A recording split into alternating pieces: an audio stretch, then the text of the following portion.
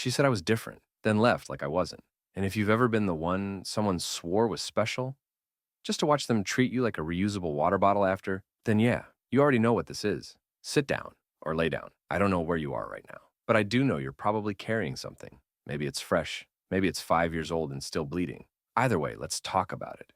You ever notice how people will stare into your eyes like they're reading the last page of their favorite book and say, I've never met anyone like you, then ghost you like you were the background noise in their healing playlist? The disconnect is wild. One minute you're home, the next you're a closed tab. Like, how do we go from soulmates to strangers with a mild Instagram interaction history? And look, I'm not bitter. Okay, I'm a little bitter, but I'm also awake. That kind of awake that only heartbreak or really good therapy gives you. The kind where you finally stop lying to yourself and start asking, why the hell do I keep ending up here? Why do the people who see me always leave me?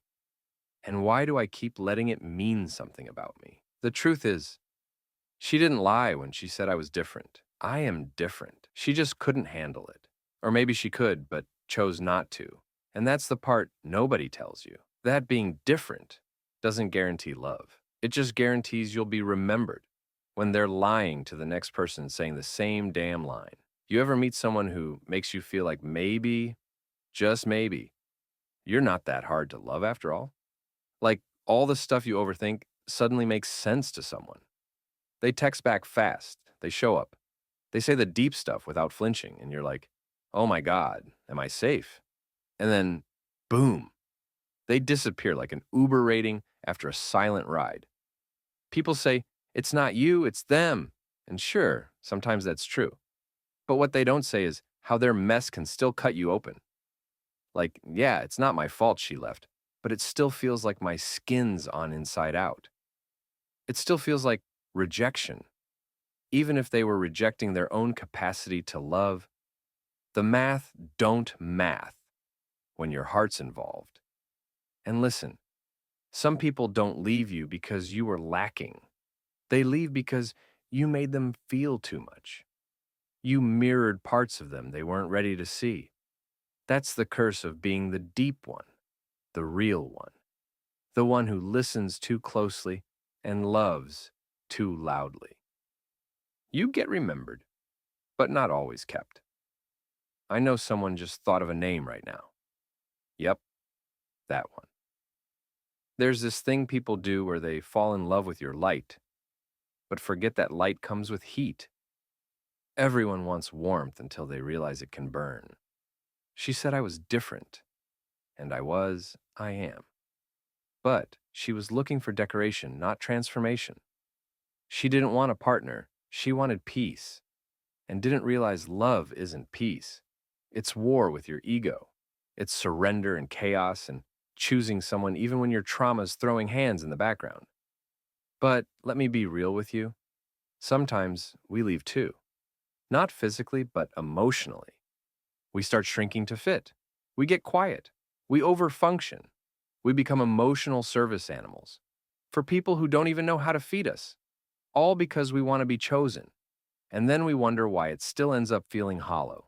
And if you're sitting there thinking, damn, maybe I was too much, let me tell you something. You weren't too much. You were too awake for someone still trying to sleep through their own alarm. That's not your fault. That's just the tragedy of timing and self-work. You know what's crazy? She said I was different, and at the time, I believed her. But what I didn't realize was that she meant different, like a sunset, something you admire and then walk away from. She didn't want to stay in the dark.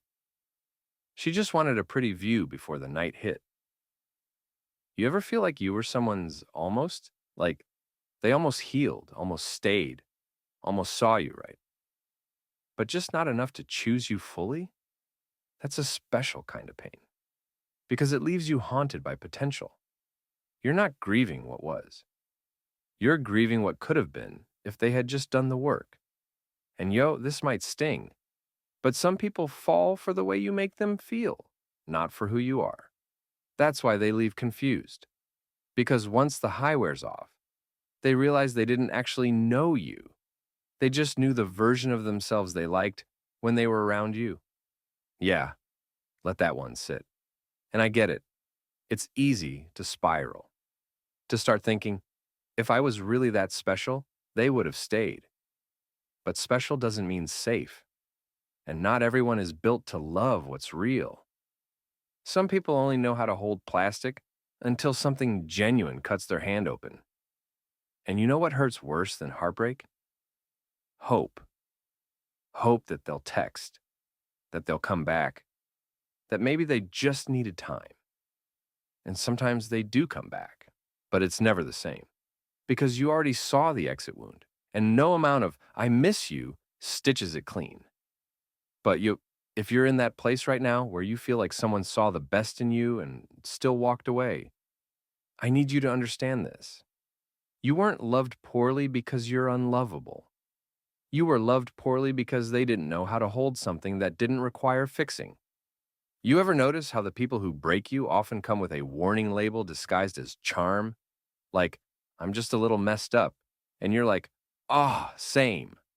Meanwhile, your intuition's screaming in Morse code, and you're too busy picking Spotify songs to hear it. That's how it gets you. The false intimacy, the trauma bonding, the shared playlists, and I've never told anyone this before conversations that make you think it's real. It was real. But real doesn't always mean forever. And that's a hard pill to swallow when your heart was all in. And while we're being honest, sometimes the heartbreak ain't about them leaving. It's about you realizing how much of yourself you gave without getting half of it back. It's about the silence that comes after love songs stop applying. It's about watching someone water other gardens with the same care they refuse to give you. But don't let that make you hard, please. That's the real trap. Letting pain turn you cold. Becoming unbothered as a personality trait when deep down you're screaming into the pillow at 3 a.m. We don't need more numb people. We need more people who feel and still choose to show up soft. You know what's wild? After she left, I started noticing all the ways I tried to earn love. Like it was a prize instead of a mutual exchange. I'd over-explain, over-deliver, overstay. I was treating love like a job application with no HR department. And then I wondered why I kept getting laid off emotionally. We don't talk about this enough, but healing isn't about getting over them. It's about getting back to you. The you that doesn't need to be understood to be worthy. The you that laughs too loud, loves too big, and doesn't apologize for taking up space. And if this hits, if this whole story feels like your diary read out loud, maybe you're not alone in this. Maybe this pain you're carrying isn't yours to hold forever. Maybe it's just a signal that you're growing out of old patterns, that you're finally ready to be loved in a way that doesn't confuse you or cost you your peace. So yeah, she said I was different, and she was right, I am different. But I'm done trying to prove it to people who only want proof when it's convenient. I'm done auditioning for hearts that haven't even learned their lines. If this feels like a chapter you've read before, maybe it's time to close the book. Or maybe just start writing a new one, with characters who stay, plot lines that make sense, and a main character who finally knows their worth without needing someone else to narrate it. And hey, if you're still here, still listening, maybe you were meant to hear this tonight. Maybe this wasn't random. Maybe you're not crazy for loving deep, for believing people when they say, "I'll never leave." Maybe the story isn't over yet. Maybe it's just getting real.